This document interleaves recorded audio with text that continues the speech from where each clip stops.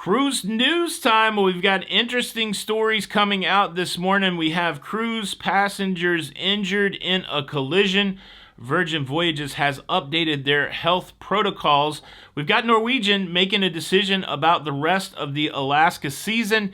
And, the newest Disney cruise ship that's coming out, it's got a name. I got a name. I got a name. Will they name the ship Jim Croce? I don't think so. But look, cruise news and my views. Let's talk about it.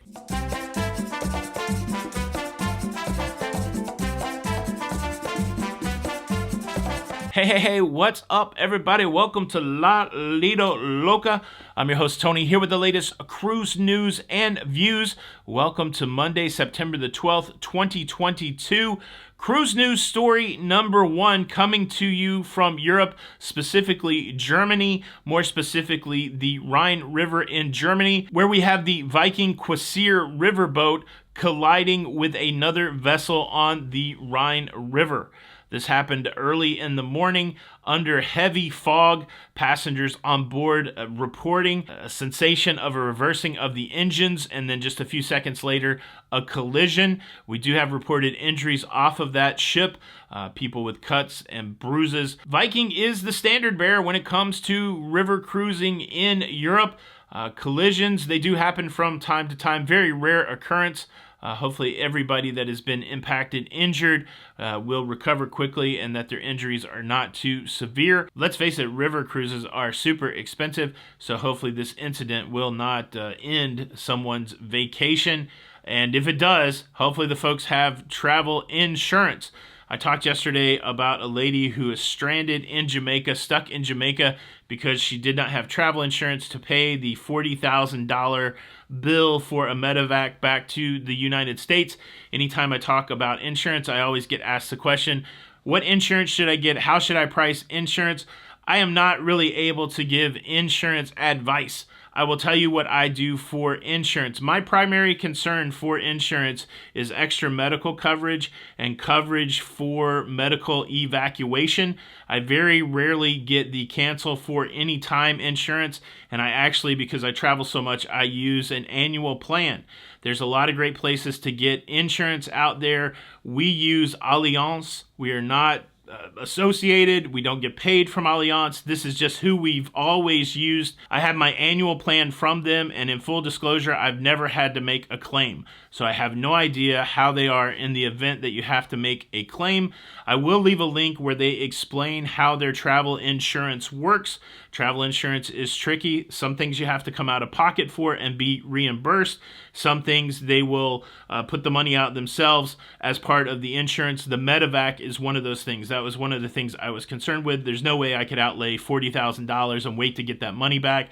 But it explains it in this link. Allianz is what I use. There's also Nationwide, 10-leg, insuremytrip.com. There's a lot of good choices out there. You have to decide what kind of coverage that you want. There's also some considerations. If you have pre-existing medical conditions, you have to get the insurance closer to the time that you purchase the insurance. But if you don't have that and you want to pick up insurance right before your cruise, you can do that. Again, I cannot be prescriptive and tell you exactly what to do in those circumstances, but hopefully those are some guide rails that will help you investigate further. I will leave that Allianz How Travel Insurance article linked in the pinned comment if you want to check that out. Hopefully that helps. Cruise news story number two, Virgin Voyages has dropped its requirement for vaccination on all of its sailings. The new changes take effect on September the 18th for the Valiant Lady that is doing cruises in Europe, and the changes take effect on September the 21st for the Scarlet Lady, which is doing cruises out of Florida. You still have to have a test if you're unvaccinated. You have to have a test 72 hours before you cruise. Fully vaccinated passengers do not need a test. I still haven't seen a cruise line saying that people have to be up to date on their vaccines. That's the key word. I get this question a lot. Any cruise lines requiring boosters? The language up to date usually equates boosters. I have not seen the word up to date on any of these requirements. Make sure you check with your cruise line. Again, I'm giving you the best information I have, but at the end of the day, my information may not be perfect. Make sure you check with your cruise line. But if you see the word fully vaccinated and it does not include some sort of statement that says up to date, then you probably don't need the booster. Up to date usually means booster. So Virgin Voyages dropping the vaccine. Unvaccinated passengers still need to have a test, and then this starts this month in Europe and in the United States. There you go. Really coming in line with other cruise lines. I still have to take a test for one more cruise when I go to Canada later in the month. So far, it hasn't changed yet. I will have to test. I did have to test on my Royal Caribbean cruise because it was the last day before testing ended. But for the most part, for vaccinated passengers, testing has ended for most cruise lines. But yeah, Virgin Voyages coming alongside with everybody else doing the same thing. How about that? Will this make you want to cruise on Virgin? Were you waiting for that vaccine requirement to go away before you lost your virginity? Leave a comment below. Now I got a couple more cruise news stories, including the name of the newest Disney cruise ship. But before I get there, let me quickly invite you to subscribe. If you like staying up to date with everything that's going on in cruising, please consider subscribing with the notification bell on. That way you don't miss out on any of these episodes. And I also want to remind you that we have a couple t-shirts for sale now. We've got the Sugar Skull t-shirt, which is great for Halloween. A lot of people have responded to that. And I have the very first Carousing shirt up there. I got another one coming soon. But if you want the TV Tony Head Carousing shirt, make sure you go check out our Teespring link in the description and represent the Loca fam. Thank you in advance. Cruise news story number 3 involves Norwegian Cruise Line. It involves a rock slide, and it involves an alteration to the rest of its Alaska cruising season. Guests on the Norwegian Encore for the sailing of September the 25th and October the 2nd have been notified that they will not be going to Skagway, Alaska. Skagway, Alaska, troubled toward the end of the season as there's been major rock slides onto the White Rail Pass dock in Skagway, which is the main dock that the cruise lines use to let passengers come into Skagway. State of emergency was called over those rock slides, and we've seen many cruise lines making alterations to their itineraries, to their stops in Skagway, employing a tendering process opposed to letting people walk right off the dock. And was the case when I was on the Norwegian Encore. We just skipped it altogether and went to Icy Strait Point. Now, there could be a silver lining here. Everybody that I talked to when I went to Icy Strait Point that went on whale watching said it was the best whale watching ever. So if you are getting displaced from Skagway and going to Icy Strait Point, I would say keep the whale watching in mind. Again, the passengers that are on the 25th of September notified of the Icy Strait change. October the 2nd, they've been notified, and many of the other Encore sailings have been altered. So I would say if you are on the Norwegian Encore for the rest of the Alaska season, I would assume that you will not be going to Skagway, but instead going to Icy Strait Point. I know that's a bummer. A lot of people like to go to Skagway. They like to ride the White Pass Rail, and I had a great time in Skagway. I went to a peep show. I got into a little bit of trouble. I will highlight that video at the end if you want to see me getting in trouble in Skagway. I'd be interested to know, are you on these Norwegian Cruise Line sailings?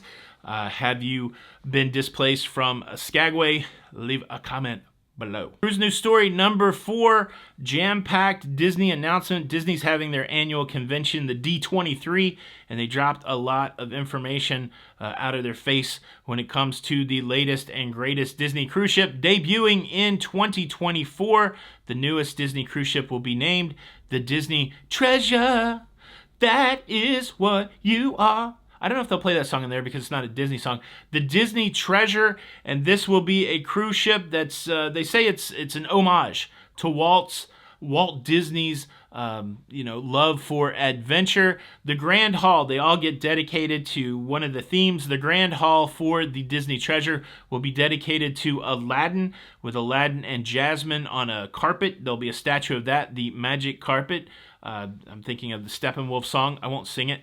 But yes, that is a major announcement that came out from D23, the Disney Treasure. There's going to be more information about that ship. But the other big thing that came out that is significant is that if you've ever had a desire to travel to Fiji, to the South Pacific on a Disney cruise ship, Well, you'll be able to do that very soon. For the first time ever, Disney will set sail to the South Pacific on the Disney Wonder. This happens next year starting on October the 13th, 2023. It's going to be a 13-night voyage from Honolulu, Hawaii to Sydney, Australia, with ports of call along the way in Samoa, Fiji, New Caledonia, a couple other stops. I bet you that part of the announcement got some people excited. Are you a Disney cruiser? Have you been wanting to go to the South Pacific?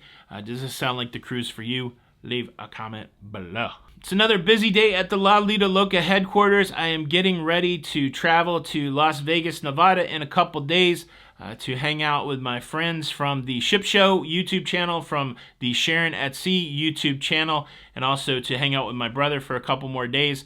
And so trying to get stuff wrapped up here before I get on the road again. What should I go see in Vegas? I've never been to the Neon Graveyard. I think that's what it's called. They're the Neon Hall of Fame. Has anybody, what's something off the beaten path? I've been to the Pinball Hall of Fame. I've never been to Fremont Station, so we're thinking about going to Fremont Station, but I also want to incorporate some of those other things. Anybody been to the pawn shop, American Pawn and Coin and Pawn? Is that worth a trip? What's some cool Vegas stuff to do? We got a whole day in Vegas, my brother and I, before we meet up with everybody else. So I would use or appreciate your suggestions. Thank you so much for checking out the show today. I sure hope you enjoyed it. I enjoyed it.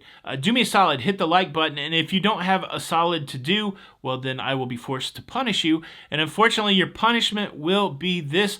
On your very next cruise, you will be leaving the buffet carrying a small saucer, and on that saucer will be the most luscious piece of French silk pie that you've ever possessed, and when you walk up to the automatic door, well, instead of it automatically opening, it will not, and you will run headlong with your pie into the closed door, and the pie will now be a part of your apparel. You'll be wearing French silk pie instead of shoving it down your gullet.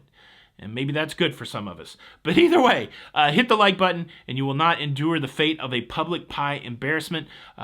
This is Tony for Lido Loca. Make sure you check out my fun in Skagway.